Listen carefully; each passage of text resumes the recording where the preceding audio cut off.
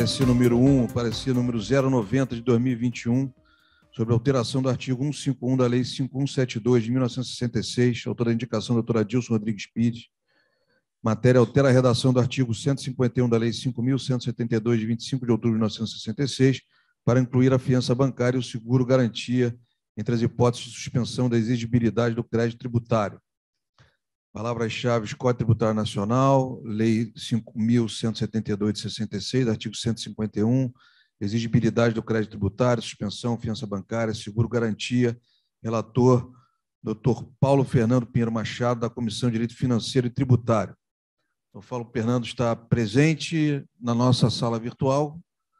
Enfim, caso positivo, peço ao Emanuel que franqueia o microfone para a fala do doutor, para a apresentação do parecer pelo doutor Paulo Fernando. Perfeito. Boa noite, consórcios e consórcias, os quais cumprimento na pessoa do nosso presidente, doutor Sidney Sanches. Esse tema da suspensão, das hipóteses de suspensão de exigibilidade do crédito tributário é um tema fundamental para a economia nacional, em especial nos momentos difíceis que estamos vivendo e diante do cenário não muito positivo que a gente vê no futuro. Para que os colegas possam compreender bem qual é a questão, aqui se trata da situação na qual, uma vez vencida a fase administrativa do lançamento tributário, passa-se então para a fase judicial. O problema é que o questionamento judicial do lançamento tributário não suspende automaticamente a sua exigibilidade. Isso quer dizer o quê? Que vale para o direito brasileiro, o direito tributário brasileiro, a regra do pague primeiro e discuta-se depois. Os senhores imaginam, né, os inúmeros problemas que isso traz cotidianamente para os contribuintes.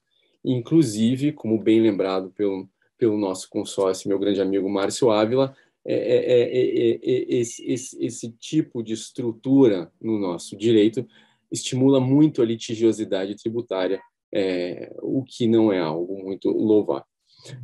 Então, há um projeto de lei complementar no Congresso Nacional que visa alterar um pouquinho as regras do artigo 151 do Código Tributário Nacional, que elenca essas hipóteses. As hipóteses de suspensão no direito brasileiro, elas são muito restritas. Ou seja, basicamente, se o contribuinte quiser questionar ou a correção ou a legalidade do lançamento tributário, a única maneira de se suspender a exigibilidade, ou seja, se suspender uma execução fiscal, é por meio de, ou basicamente por meio de se provar uma liminar de tutela antecipada, provando-se com os difíceis ônus probatórios do fumus boniores e do periculum imóvel. E a outra opção que a lei impõe é a do depósito voluntário do valor questionado. E há ainda uma súmula, um entendimento já simulado no STJ, que esse depósito tem que ser integral e em dinheiro. Ou seja, é uma carga muito pesada para o contribuinte que queira, eventualmente, ou necessite, eventualmente, discutir judicialmente um determinado lançamento tributário. Esse PLC 160/2021 visa incluir nessas hipóteses do artigo 151 o seguro-garantia e a fiança bancária, também como equivalentes ao depósito em dinheiro, o que já é reconhecido pelo direito brasileiro para as outras hipóteses de crédito tributário e de crédito fazendário que não tenha origem tributária. O problema aqui é que se trata de uma lei complementar, o Código Tributário Nacional, que não pode ser alterado por via legislativa inferior. Porém, na nossa avaliação, no estudo que nós fizemos para esse parecer, a gente fez um estudo de análise econômica do direito. A gente procurou encontrar qual é o problema específico que esse sistema extremamente restritivo do artigo 151 do CTN causa para a economia brasileira. Para que os colegas possam ter a visão completa do problema macro e microeconômico desse artigo, nós precisamos olhar um pouquinho para o cenário internacional e ver o que está acontecendo na nossa economia, né? Na economia global. O que acontece na economia global? Basicamente, nós estamos vivendo os reflexos dos efeitos causados, em primeiro lugar, pela crise ainda de 2008, que gerou um processo de relaxamento da política monetária internacional, ou seja, os principais bancos centrais do mundo iniciaram uma política de quantitative easing, ou seja, de aumentar a base monetária internacional para evitar uma recessão global. Dentre esse processo não estava finalizado. Nós tivemos a pandemia, com todas as restrições que nós conhecemos, e, após isso, o maior conflito bélico no leste da Europa, desde a Segunda Guerra Mundial, o que levou a uma desestruturação total das cadeias de produção, de consumo e de finanças ao redor do globo. Em suma, todos esses acontecimentos de 10, 12 anos, 13 atrás, gerou um processo de estagflação estrutural na economia internacional e que agora está gerando um reflexo oposto por parte das autoridades monetárias. Por exemplo, o Federal Reserve já anunciou que a partir desse mês vai iniciar uma retração na sua política monetária. O que isso quer dizer?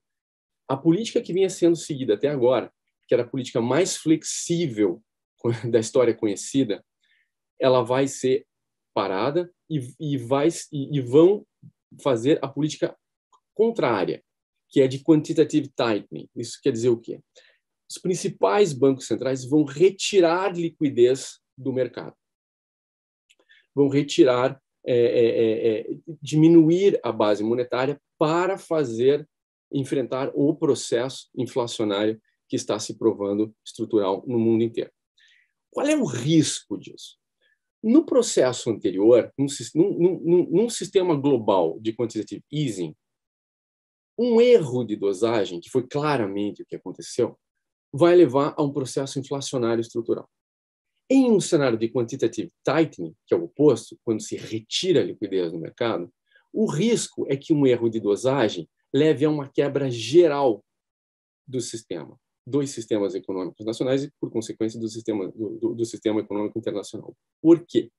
Porque se faltar liquidez nas praças, as pessoas simplesmente não vão ter numerário, não vão ter dinheiro para pagar suas contas, e isso vai levar a uma quebradeira e uma recessão global. Nesse cenário, que é um cenário de quantitative tightening, é um cenário mais arriscado, há um problema de que os sistemas jurídicos nacionais possuem armadilhas escondidas, ou seja, gatilhos multiplicadores no sistema jurídico que podem maximizar um efeito negativo tomado no topo da base.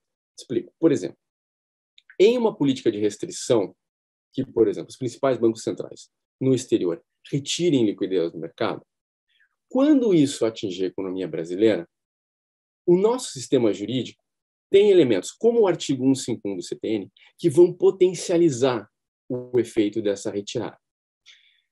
É mais ou menos o que acontecia, para quem se recorda, nos anos 80, nos anos 90, com o problema da indexação da economia brasileira, né? Que foi isso que o Plano Real resolveu, né? A economia brasileira era toda indexada, então, quando havia um aumento de um determinado preço, acabava tendo um efeito potencializado e multiplicador em cadeia por toda a economia, gerando o processo de hiperinflação que nós vivemos até a implementação do Plano Real. Então, aqui, nesse artigo 151, a gente tem um desses gatilhos multiplicadores que são muito perigosos para o nosso sistema econômico.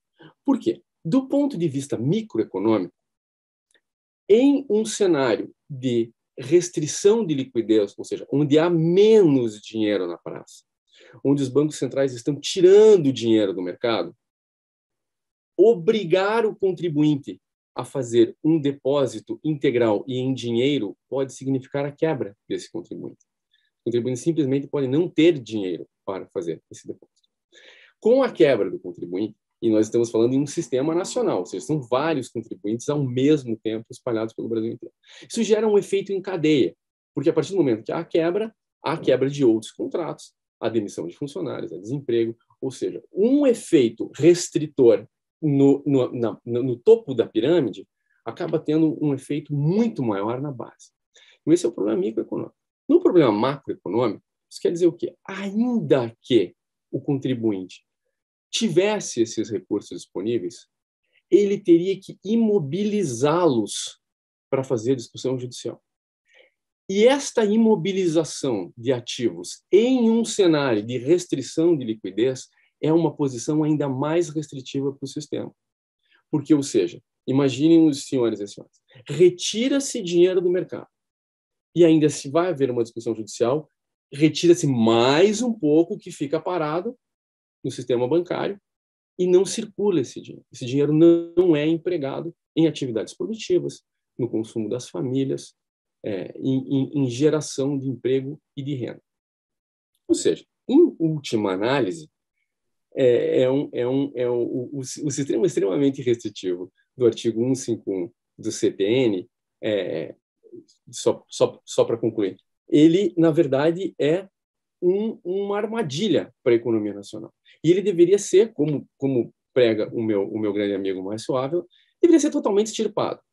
Entretanto, o PLC que nós estamos discutindo aqui, ao inserir a fiança bancária e o seguro-garantia, ao menos dá um fôlego para o contribuinte e estimula o mercado de seguros no Brasil, que necessita muito de estímulo e de utilização, dando um fôlego para que o mercado possa, então, discutir o lançamento tributário sem que isso represente um entupimento total da circulação do sistema financeiro nacional.